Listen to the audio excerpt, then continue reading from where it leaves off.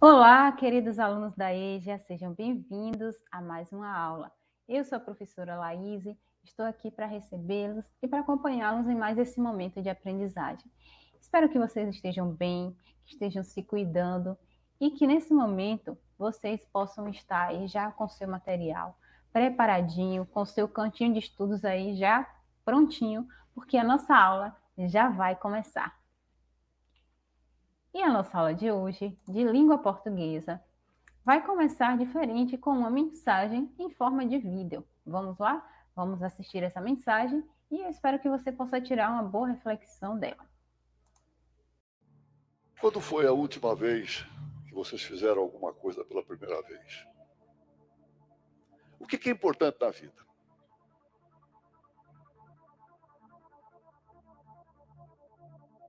Se tem uma coisa que para mim realmente é muito forte, é a fé que eu tenho em Deus. Isso realmente para mim é muito forte. Deus tem sido um amigão comigo.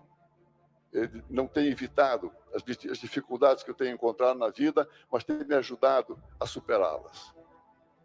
Isso tem sido muito importante para que eu pudesse lidar com coisas que são tão fáceis para mim, pudesse seguir na minha vida.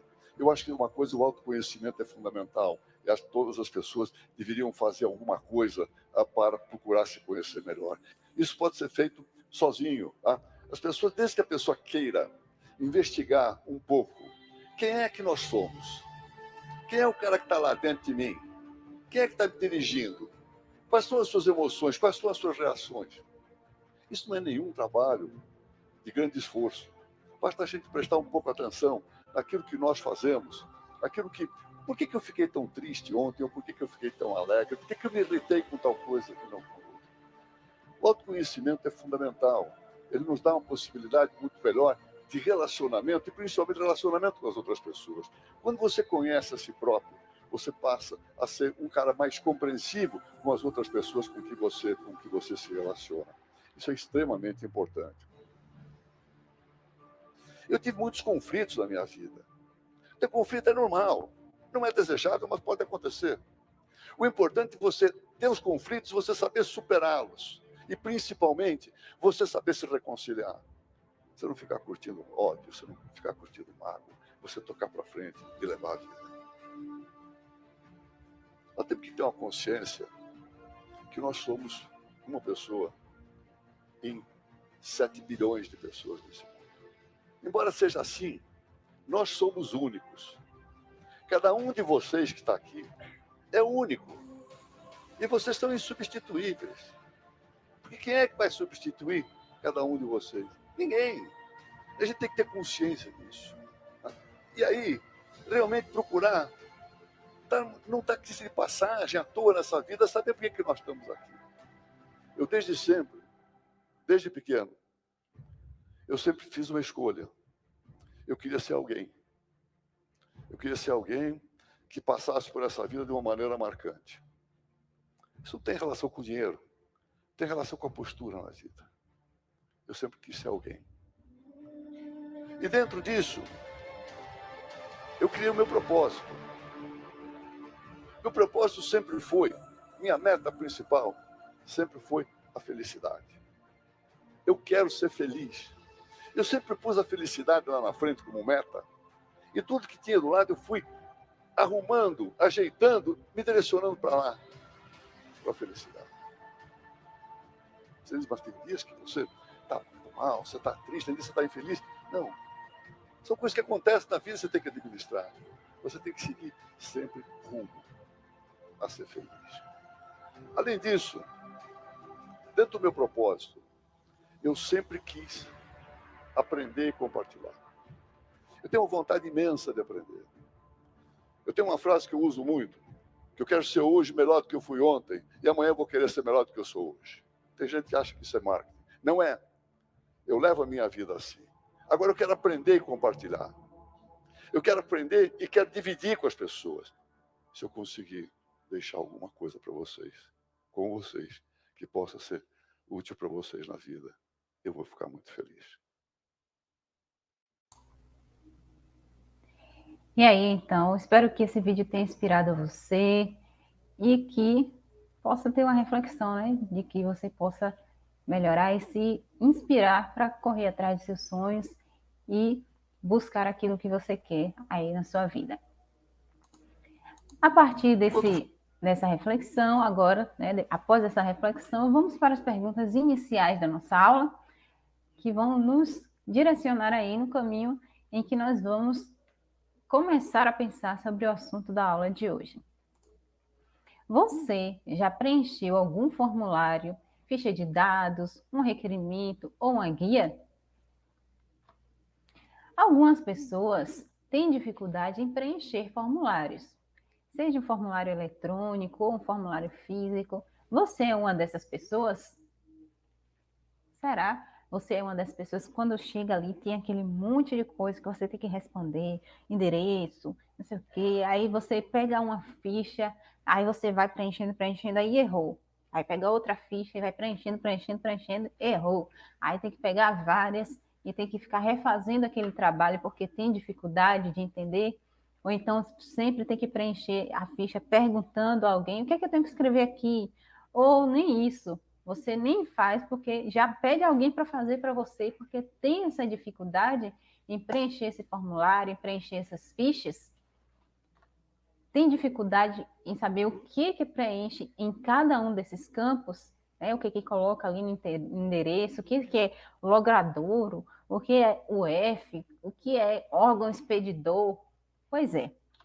Então, nós vamos aprender mais sobre isso, tirar essas dúvidas e espero que ao final você possa já saber como preencher um formulário, qualquer um que aparecer aí na sua vida. Para começar, vamos saber o que é que são formulários, né? De qualquer tipo. São documentos com campos preenchíveis, ou seja, campos em branco, utilizados para coleta de dados. Então, seja o governo ou uma empresa, ou o local, a clínica que você vai se consultar. Então, sempre tem alguém que está querendo colher aqueles dados, saber quem são aquelas pessoas, e aí vai, para isso, criar um formulário, o qual vai ser preenchido, né, por cada uma das pessoas. Como instrumentos de armazenamento, no caso dos formulários impressos, são de grande importância para a sistematização de informações, principalmente em empresas de grande porte. Imagine aí uma empresa que tem 100 funcionários, 200 funcionários, ou mais, né? Tem empresas que têm 1.000, milhares de funcionários. Mas imagine, ou milhares de clientes. Saber quem é cada um deles, quais são os dados de cada um, qual a data que cada um iniciou, ou qual é o endereço de cada cliente para fazer as entregas, qual o nome. Para cada uma dessas situações, ele vai criar o quê? Um formulário. Por quê? Imagina se ele pedisse a cada um dos funcionários para colocar ali os seus dados, para enviar os seus dados. Né? Criar um documento, cada um dos funcionários, criar um documento colocando os seus dados. Aí uns iam colocar primeiro o nome, outros iam colocar primeiro o CPF, outros iam esquecer e colocar os documentos por último, outros iam colocar primeiro o endereço. Não ia ter um padrão. Então, os formulários são esses documentos que padronizam essas informações. E por isso que tem ali os seus campos para preencher. E aí, todo mundo que for oferecer aquelas informações, for fornecer aquelas informações, vai fornecer as informações no mesmo padrão. Então, por isso que é de grande importância para empresas de grande porte, pessoas que lidam com uma quantidade grande de informações do mesmo tipo, porque todas vão chegar padronizadas. Então, eu vou ter ali no mesmo formulário nome, data de nascimento, idade, endereço, tudo sempre na mesma ordem, sempre do mesmo jeito. É através dele que são possíveis pesquisas de documentação, de dados de clientes, de materiais, não é? De etc., de várias outras situações. O cadastro dos estudantes, dos idosos, cadastro dos carros, declaração de imposto de renda, vários e vários tipos de formulários que existem e que nós podemos, na verdade, nós vemos e lidamos com eles o tempo todo na nossa vida adulta, não é? Você que também já é adulto aí, já lida com esses formulários frequentemente. Em vários lugares nós estamos acostumados a lidar com isso, tanto no físico como no presencial. Mesmo que você for fazer, por exemplo, uma compra online, para fazer uma compra naquela loja, você tem que preencher um cadastro, né? Tem que criar um perfil, ele chama de perfil, dá um nome diferente. Mas você tem que fazer um cadastro e colocar lá no formulário seu nome, seu CPF, o endereço. Também é um formulário padronizado, só que é eletrônico. E aí nós vamos conhecer agora os tipos de formulário. Nós vamos ver aqui os exemplos. O primeiro tipo são os formulários planos. São formulários impressos em papel, com campos, espaços, linhas e outros recursos destinados a serem preenchidos por pessoas.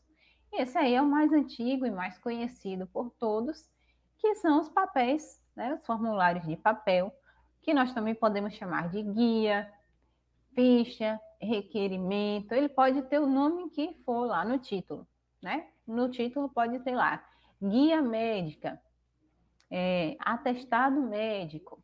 O atestado pode ser um formulário onde o médico vai preencher o nome do paciente, a data, a doença que ele teve, qual foi o horário que ele esteve lá. É um formulário, porque tem campos em branco para serem preenchidos. Só que aí quem vai preencher é o médico. Então, esses formulários impressos em papel são chamados de formulários planos. E esses são os que nós já conhecemos e lidamos com eles há mais tempo, porque antes não era utilizado o formulário eletrônico, porque não era difundido a utilização da internet, do computador, né? Até mesmo porque não existia. Né? Não existia essa facilidade de acesso à internet e ao computador. Mas com a chegada e a disseminação, né, a difusão aí do acesso aos meios eletrônicos, então veio surgindo o formulário eletrônico. São formulários que devem ser preenchidos no computador ou no celular também, seja em editores de texto, aplicativos específicos, como, por exemplo, o auxílio emergencial. Então, você baixa o aplicativo, mas para você receber, você tem que preencher lá o cadastro com seus dados. Pode ser pela internet, como formulários de contato em e-mail, de cadastro e de chat, ou em comunicadores instantâneos, como o WhatsApp. O WhatsApp também é um aplicativo que é um formulário, porque ele também tem um campozinho lá onde você vai digitar a mensagem.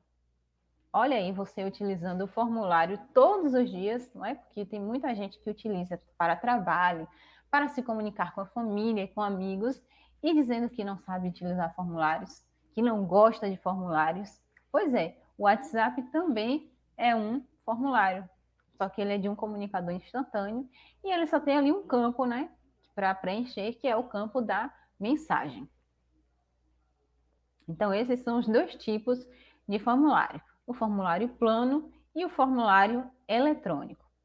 E nós vamos hoje ver como preencher e quais são os campos que aparecem, né? Alguns dos campos mais comuns e que as pessoas têm mais dúvidas sobre o preenchimento desses tipos de formulários. Vamos ver primeiro dos formulários físicos, que são esses planos, e também vamos preencher um formulário eletrônico. Vou preencher aqui com vocês. Em um formulário escrito, né, no formulário físico, muitas vezes os campos de preenchimento vêm com um espaço delimitado para cada letra.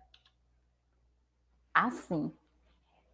Então, se você encontrar um formulário que vem escrito assim, né, que vem com essa delimitação, né, esses quadradinhos, então saiba que estes espaços devem ser preenchidos com números ou letras de forma, letra bastão, e deixar um espaço em branco para os espaços entre as palavras.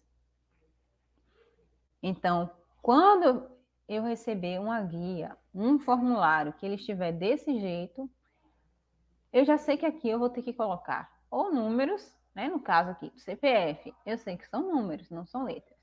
Mas aqui, por acaso, no exemplo aqui, por exemplo, o nome da mãe, que está aqui. O nome da mãe, eu vou ter que colocar cada letra do nome, né? Por exemplo, Maria, M-A-I-R-A. Maria Antônia. Aí o outro A de Antônia eu já vou colocar aqui do lado? Não, eu vou pular um espacinho para depois colocar o Antônia. Então eu coloco Maria, né, com letra de forma, letra bastão. Isso é feito justamente para evitar as pessoas que não têm a letra legível, né? Porque nem todo mundo entende a letra do outro assim com facilidade. E tem algumas pessoas que não escrevem de forma legível, né? Então a letra bastão é mais fácil de se ler, de se entender. Então você vai colocar aqui com a letra bastão, por exemplo, Maria, dá um espacinho, deixa um em branco, e depois você começa o Antônia, dá um espaço e depois vai colocar o sobrenome, uma letra em cada quadradinho, sendo letra de forma. Aí aqui, olha a data de nascimento, eu vou colocar, por exemplo, 2/2 de 1902. Então, 02/02/1902. Então, aqui só é para colocar números. Então, vem aqui, ocupação, sexo, cartão de saúde, são números, endereço, o bairro, a cidade, o F, que é o estado, CEP, telefone, celular, tudo vai preenchendo aqui, colocando uma letrinha em cada um desses quadradinhos. Ou um número, né? Caso seja um número, caso a informação seja em números, em algarismos. Ok? Então, vamos lá. Um dos campos que você precisa preencher pode ser dados pessoais. Pode ser necessário preencher dados sobre você, como nome, data de nascimento, filiação, que é o nome do pai e da mãe, número de documentos, entre outros. Ao informar o número de documento, por exemplo, do seu documento de identificação, pode ser necessário descrever qual é o órgão expedidor. E o que é isso, Pro? É o órgão que emitiu o seu documento. Onde é que você fez o seu documento? Qual foi o nome do órgão que você se dirigiu lá para poder fazer aquele documento? Para poder fabricar aquele documento. E aí, dependendo do órgão, você vai colocar ali a sigla daquele órgão. Se você está apresentando o número do RG, então você vai colocar Secretaria de Segurança Pública e você vai usar a sigla SSP e vai colocar o estado.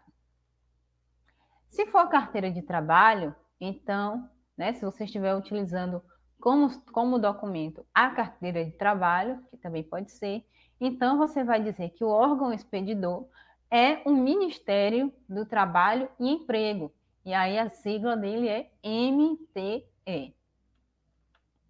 Se for a carteira de motorista, né, muita gente deixa o RG de lado e utiliza a carteira de motorista, então aí é o Departamento Estadual de Trânsito, que a sigla é DETRAN. Ali está com letra minúscula, mas você já sabe que naquele campo, né, em cada quadradinho é com letras maiúsculas. Se você estiver utilizando passaporte, então é a Polícia Federal, né, o órgão expedidor, né, o órgão que fabrica o passaporte é a Polícia Federal e a sigla é PF. E aí também pode ser pedida a UF, que é a Unidade Federativa, ou seja, o estado onde foi emitido. Por exemplo, no meu caso, eu fiz a minha carteira de motorista no DETRAN Bahia. Então, eu vou colocar lá BA, que é a sigla da Bahia. Mas se a pessoa fez a sua carteira de trabalho lá em São Paulo, ela vai colocar, ou melhor, sua carteira de motorista lá em São Paulo, ele vai colocar Detran SP, que é de São Paulo. Se a pessoa nasceu no Amazonas e fez o seu RG, né, sua carteira de identidade, lá no Amazonas ainda, como é que ela vai preencher? Vai colocar SSPAM, que é do Amazonas. Então, tem que ter a sigla do órgão que emitiu e também do estado que fez. Outra coisa que aparece muito nos cadastros e quando falamos de dados pessoais é o estado civil. E algumas pessoas podem se confundir. Então, vamos ver aqui como é que se configura aí o estado civil. Porque o estado civil é o estado em que a pessoa se encontra juridicamente naquilo em que se diz respeito ao matrimônio. Então, não tem a ver com namoro, né? Algumas pessoas dizem assim, estado civil esperando em Deus. Estado civil, ninguém tem a ver com a sua opinião. Mas, na verdade, o estado civil é aquela forma que você se encontra perante a justiça no que diz respeito ao matrimônio. Então, né, se você, diante da justiça, tem algum documento ali comprovando qual é o seu estado civil. Então, o primeiro deles, né, tem a ver com casamento. Com o casamento, o estado civil do casal passa a ser casado. E com o término, ambos podem se tornar divorciados ou separados. Então, dependendo da sua condição, se você casou, você vai colocar lá casado.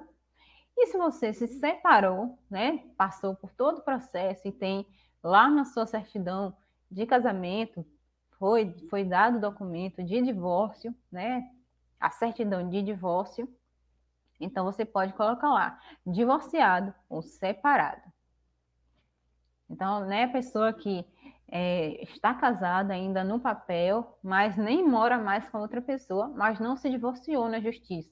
Aquela pessoa ainda vai continuar colocando, né, nos seus cadastros, ainda tem que continuar colocando casado, porque não passou pelos trâmites legais de separação, de divórcio. Também tem a união estável, né, que é quando a pessoa reconhece diante da justiça que está unido com a pessoa há muito tempo, né, que já tem algum tempo ali com aquela pessoa, convivendo, mas que ainda não se casou.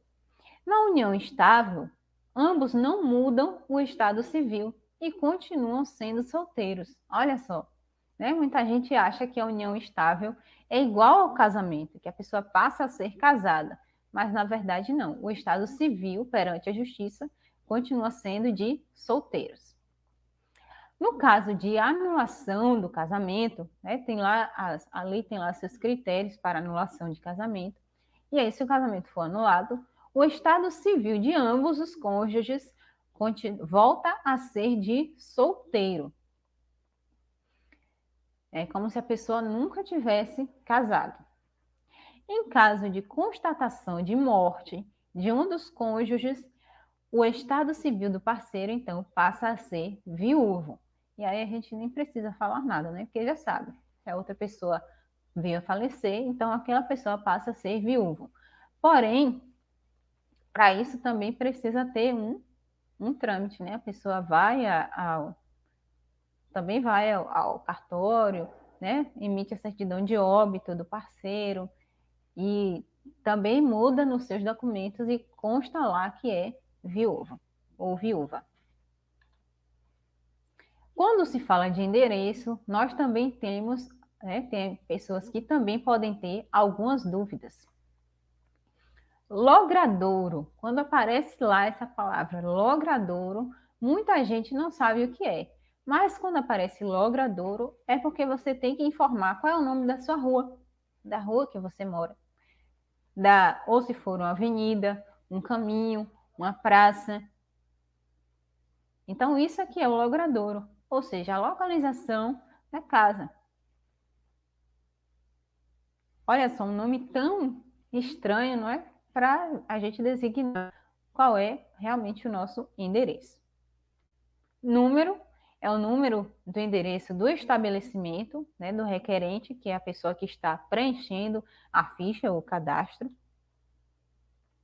Complemento é o complemento do endereço da pessoa, porque às vezes só com o número o nome da rua e o número não é possível achar o endereço, né? Naquele número pode ter várias casas, pode ter várias lojas, pode ser um sobrado que tem uma casa em cima, outra embaixo. Então você precisa dizer, complementar o endereço. Então é nessa parte que você coloca casa A, casa B, primeiro andar, tudo que precisar especificar qual é a casa a qual você está se referindo. CEP é o código de 8 números que identifica a rua da pessoa. Então, o CEP é muito importante você saber, né, o seu CEP certinho, porque ele vai diretamente identificar qual é a rua. Muitas vezes, sabendo o CEP, a gente encontra a rua mais facilmente do que sabendo o nome, porque podem existir duas ruas na mesma cidade com o mesmo nome. Mas dificilmente vão existir duas ruas com o mesmo CEP. E você também vai informar o bairro, a cidade e o estado, que também pode ser chamado de UF, não se esqueça disso, que é a Unidade Federativa, e que eles completam o endereço. Você terminando de colocar bairro, cidade e estado, eles vão completar o seu endereço. Então, sempre começa com o nome da rua, número, complemento, CEP, bairro, cidade e estado. E agora nós vamos preencher um formulário eletrônico, né? Nós já vimos quais são os campos que podem existir no formulário físico, e esses mesmos campos podem se repetir no formulário eletrônico, e nós vamos ver um formulário eletrônico que também pode conter outras informações diferentes. Vamos lá? Então, esse é o formulário que nós temos aqui para fazer o preenchimento, né? O formulário eletrônico. É um formulário fictício, que é um cadastro, como se fosse um cadastro do Minha Casa Minha Vida. Vamos imaginar que uma pessoa está se cadastrando para o Minha Casa Minha Vida. Vamos colocar aqui dados de uma pessoa fictícia. O nome, vamos escrever aqui um nome. Vou colocar um nome bem comum. Maria. Maria. E o sobrenome também tem que ser feito. Da Silva. Tem que ser colocado em separado. Aí aqui, a data de nascimento é colocada em somente os números e a barra, né? Para informar. Não precisa escrever o nome do mês. Então, vamos colocar aqui, olha. Ou a pessoa, se abriu aqui o calendário, a pessoa pode procurar aqui no calendário a data de nascimento. Mas eu vou escrever aqui. 15 de fevereiro de 1986. Pronto, já digitei aqui, então vou para o próximo. Próxima página, ele pede o CPF. 1, 2, 3, 4, 5, 6, 7, 8, 9, 0, 0. E um RG. Vou imaginar aqui.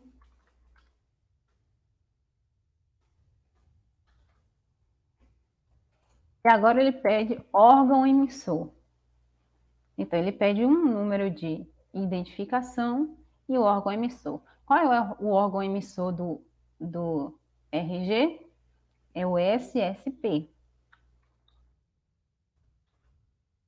Se Maria é estudante aqui da EJA da nossa cidade, Então, ele é SSP da onde? Da Bahia. Data de emissão é o que? A data em que ela fez aquela, em que foi emitida. Você também, essa informação está lá na identidade. Então, foi feita no dia do aniversário dela, 15 de 2 de 2 de 2010. Ela fez em 2010, no dia do aniversário dela. E aí aqui, olha, eu preciso saber sua renda e valor. Aí vem, de acordo com a pergunta, você vai respondendo. Tipo de renda, é formal ou é autônomo? Maria é autônoma. Imposto de renda, declarou, isento ou não declarou? Maria não declarou. Maria declarou R$ 2.400, porque ela já sabe que para fazer Minha Casa Minha Vida precisava. Renda bruta, entre 2.400, e aí ela vai escolher aqui uma faixa de renda.